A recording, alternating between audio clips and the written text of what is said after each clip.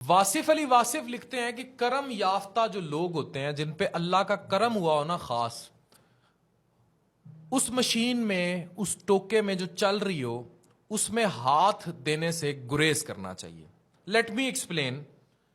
انہوں نے لکھا کہ جس پر کرم ہے اس سے کبھی پنگا نہ لینا، وہ تو کرم پہ چل رہا ہے، تم چلتی مشین میں ہاتھ دو گے تو ہاتھ گیا. کرم کا فارمولا تو کوئی نہیں ہے، اس کرم کی وجہ ڈھونڈو. وہ کیا کر رہا ہے وہ شخص کہ اللہ نے اس پر خاص کرم کیا ہوا ہے. جہاں تک میرا مشاہدہ ہے، جب بھی کوئی ایسا شخص دیکھا ہے جس پر رب کا کرم تھا، میرے اللہ تعالیٰ کی ذات کا اس پر کرم تھا، اسے عاجز پایا ہے. پوری عقل کے باوجود سیدھا اور سادہ سا بندہ، بہت تیزی نہیں دکھائے گا، الجھائے گا نہیں، رستہ دے دے گا، بہت زیادہ غصہ نہیں کرے گا، سمپل بات کرے گا. میں نے ہر کرم ہوئے شخص کو مخلص دیکھا ہے، اخلاص، غلطی کو مان جاتا ہے، معذرت کر لیتا ہے، سرنڈر کر دیتا ہے.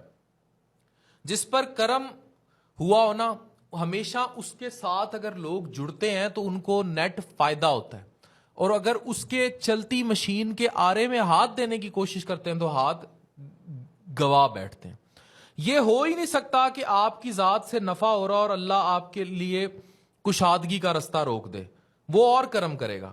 میں نے ہر صاحب کرم کو احسان کرتے دیکھا ہے. مطلب اگر اس پر کرم ہو رہا ہے وہ آگے کرم ہی کرے گا، اور اس کو کسی وجہ سے اس پہ کرم ہو رہا ہے اللہ کا. میں حق سے زیادہ اللہ اس کو دیتا ہے. اچھا ایک بات اور، بڑا اللہ میاں کا بڑا زبردست فارمولہ ہے. اللہ میاں کے ہاں درجن 12 کا نہیں، درجن 13 کا ہوتا ہے. آپ کچھ کریں گے اللہ میاں اس سے بڑھ کے آپ کے لیے کرے گا. یہ اللہ کے کرم کا جو ہے نا خاص وجدان ہے. یاد رکھیں کہ اپنی کمٹمنٹ سے تھوڑا سا زیادہ احسان کر دیا کریں. وجدان کی جو کنڈیشن ہے وہ اپنے اوپر بھی اپلائی کریں، نہیں تو کیا ہوگا، حساب پہ چلو گے حساب ملے گا. دل کے کنجوس کے لیے کائنات ہی کنجوس ہے. جو دل کا کنجوس ہے نا، 2 روپے کا حساب کرتا ہے، ٹکے پہ تنگ کرتا ہے، کسی کی مدد نہیں کرتا، کسی کو پیسے نہیں چھوڑتا، کہ ریاکاری کرتا ہے، جس کی جو ہیلپ ہو سکتی ہے کرتا ہے. تو دل کے کنجوس کے لیے پوری کائنات جو ہے وہ کنجوس ہی ایکٹ کرے گی. دل کے سخی کے لیے کائنات بھی خزانہ ہے. جب زندگی کے معاملات اڑ جائیں سمجھ جاؤ تم نے دوسروں کے معاملات اڑائے ہیں. آسانیاں دو، آسانیاں ملیں گی. تو یہ اللہ کے کرم کی ایک چھوٹی سی مثال ہے. میں آپ کو اس کو اور لنک کرتا ہوں. میں نے ایک انگلش ویڈیو دیکھی، اس میں ایک عقاب اڑتا چلا جا رہا تھا، شاہین. اب وہ اڑتا جا رہا ہے، آپ کو پتا ہے کہ اس پرندے پر کوئی بھی اٹیک نہیں کرتا ایکسپٹ ون بیڈ پرندہ، دا کوا، دا کرو. وہ اٹیک کرتا ہے، اور جب وہ اٹیک کرتا ہے اس کے اٹیک کا ایک طریقہ ہے کہ وہ اڑتے ہوئے باز، عقاب، شاہین کچھ کہہ لے، اس کے پیچھے جا کر بیٹھ جاتا ہے اور اس پہ بیٹ کرنے کی کوشش کرتا ہے یا اس کو ناک کرنے کی کوشش کرتا ہے.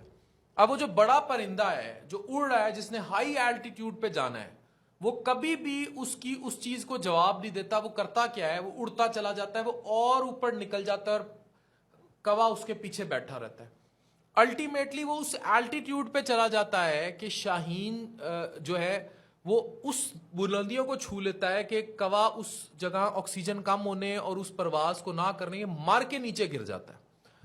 یہ ہوتا ہے حاسدی کا انجام. اب اس عقاب، باز، شاہین پہ تو اللہ کا کرم ہے. اگر اس کرم پر آپ اٹیک کر رہے ہیں اور حسد کر رہے ہیں اور اس کرم کو چیلنج کر رہے ہیں، بجائے اس کے کہ آپ اللہ سے اپنے لیے کرم مانگیں، تو آپ کا حال کوے جیسا ہی ہوگا. وہ اپنی اڑان اڑتا چلا جائے گا اور آپ نیچے گر جائیں گے. یہی حاسد کا انجام ہے. ایک ایسا شخص جو دوسرے سے حسد کرتا ہے، کینہ رکھتا ہے، بغض رکھتا ہے، ڈیفینیٹلی اس نے زمین پر آنا ہے، اس نے برباد ہونا ہے.